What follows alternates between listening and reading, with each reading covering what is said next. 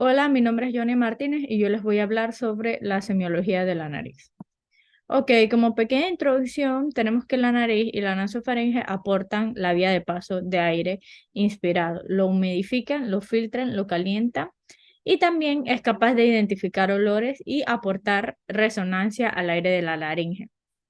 La nariz externa está formada por hueso y cartílago que están cubiertos de piel. Los orificios nasales, las aberturas anteriores de la nariz, están rodeadas por las alas cartilaginosas de la nariz y la columela. Y también debemos saber que la nariz está formada por el hueso frontal y el hueso maxilar. La parte anatómica externa de la nariz se compone por el puente, la punta, la columela, el vestíbulo, que es la parte inferior adentro, el ala y también pues los orificios nasales. La parte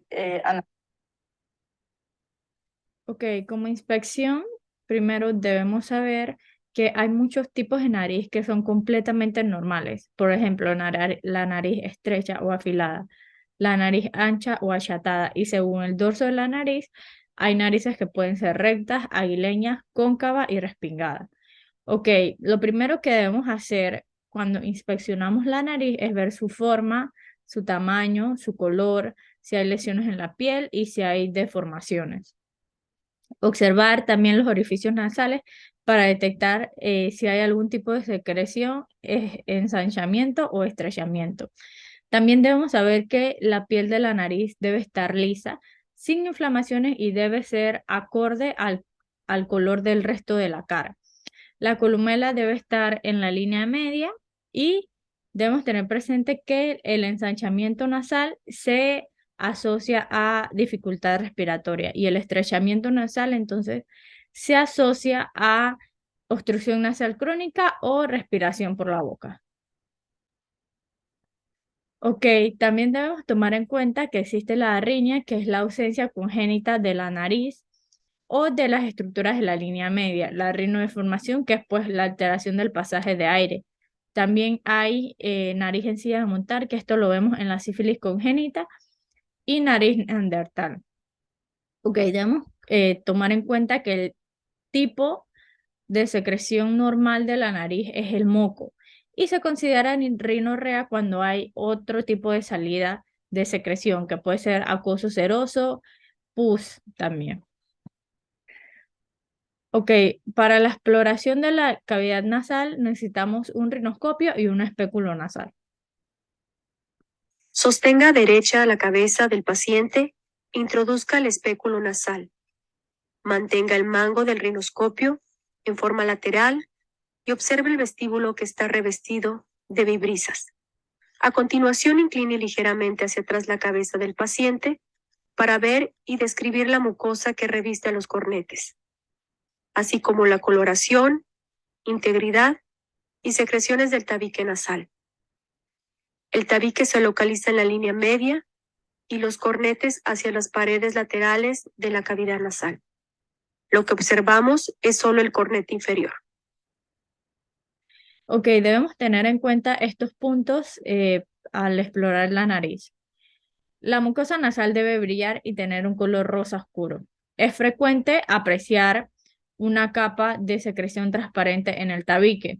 La secreción purulenta usualmente se asocia a infección en las vías respiratorias altas, sinusitis o algún cuerpo extraño. El vestíbulo puede tener pelos. El aumento del enrojecimiento de la mucosa puede deberse a alguna infección. Los cornetes deben presentar el mismo color del área circundante y una consistencia firme. El tabique nasal debe estar próximo a la línea media y presentar una disposición recta. Generalmente su parte anterior es más gruesa que su parte posterior. Aquí tenemos la anatomía de cómo se visualiza cuando usamos el espéculo nasal. Entonces, aquí vemos el cornete inferior, el meato medio, el cornete medio, la vía respiratoria nasal, el tabique nasal, el suelo de la nariz y el meato inferior. Ok, estas son imágenes de ejemplos de un paciente con un pólipo nasal. Este es un paciente alérgico. Y también vemos un paciente con una desviación del tabique nasal. Ok, hay alteraciones que se asocian a algunas enfermedades que podemos observar en los pacientes que nos pueden dar un indicio de que tiene el paciente. La nariz en silla de montar. Ok, la nariz en silla de montar se asocia a sífilis, que podemos ver es un hundimiento de la base. La nariz ancha e infiltrada se asocia a hipotiroidismo. La nariz que tiene ausencia del tabique nasal, pues se asocia a pacientes que tienen inhalación crónica de cocaína.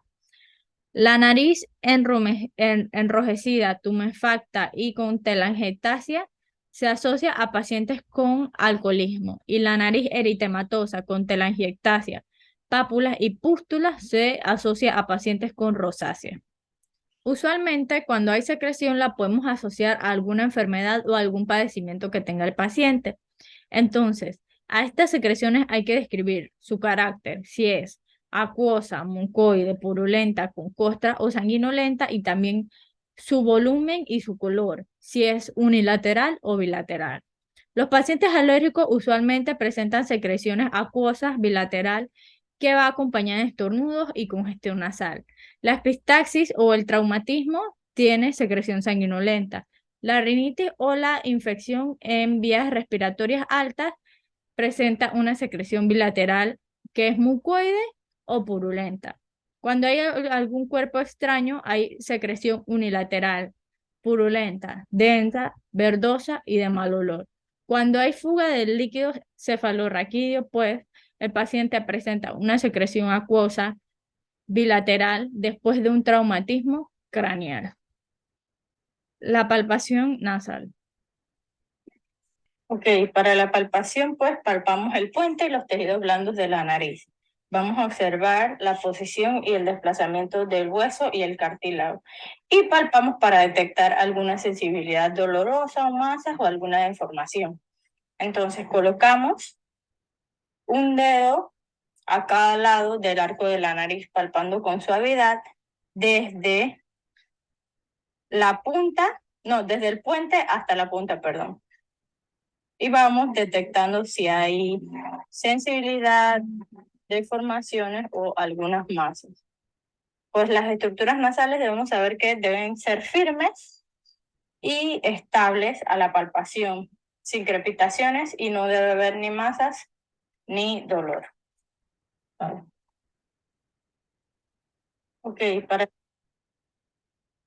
Estas son algunas de las patologías que afectan a la nariz. Cuerpo extraños nasales, tabique nasal desviado, pólipos nasales, epistaxis, rinitis, que es la inflamación de las mucosas nasales, forunculosis y fracturas de los huesos propios de la nariz. Ok, la epistaxis, para darles un pantallazo, pues, es el nombre dado a cualquier tipo de pérdida de sangre en la nariz.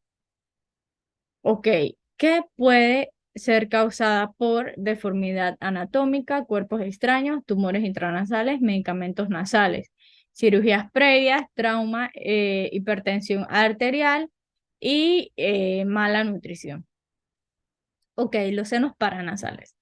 Los senos paranasales son espacios llenos de aire que están situados dentro de los huesos de la cabeza. Se comunican con la cavidad nasal a través de unos pequeños orificios.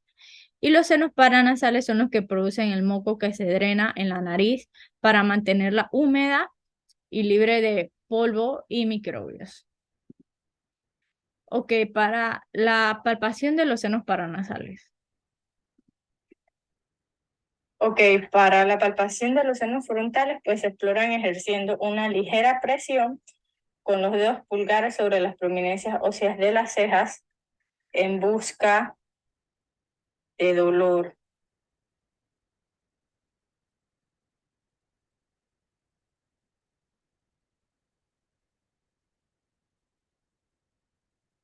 Palpación de los senos etmoidales. para la palpación de los senos etmoidales se hace ejerciendo presión con el dedo índice por arriba del ángulo interno.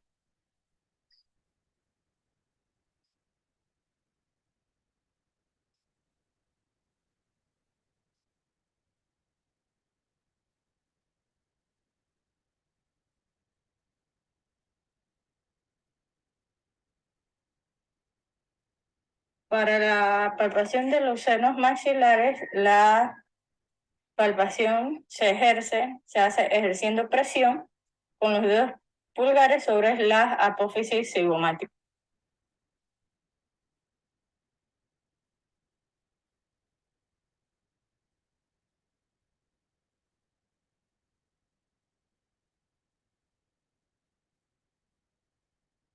Ok, para la transiluminación de senos paranasales, que esta es otra forma de explorar los mismos.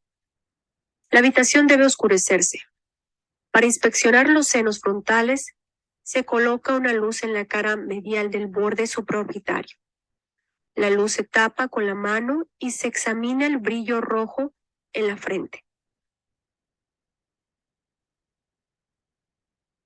Para inspeccionar los senos maxilares, se le pide al paciente inclinar la cabeza hacia atrás y abrir la boca. Se coloca la luz sobre la cara interna media del ojo y se examina el brillo rojo en el paladar duro. La habitación.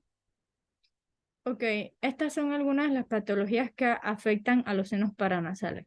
La sinusitis, que es la inflamación de la mucosa de los senos paranasales, que ocurre cuando hay una infección viral, bacteriana o micótica. Los pólipos nasales, que son formaciones blanquecinas que aparecen en el interior de las fosas nasales o de los senos paranasales, que son debidos a un proceso inflamatorio en la mucosa. Y también podemos encontrar tumores. Ok, aquí les presento un cuadrito que nos asocia algunos signos con algunas enfermedades que pueden presentar los pacientes. Los procesos inflamatorios agudos se asocian a mucosa roja, congestionada y edematosa. La mucosa pálida usualmente se asocia a anemia, rinitis crónica y alguna etiología alérgica. Los cornetes agrandados usualmente se asocian a edema y hiperplasia. El tabique deformado se asocia a hematomas y pequeñas tumoraciones. Y el edema en la mucosa usualmente se asocia a rinitis, hiperplasia de los cornetes, tumores o secreción costrosas.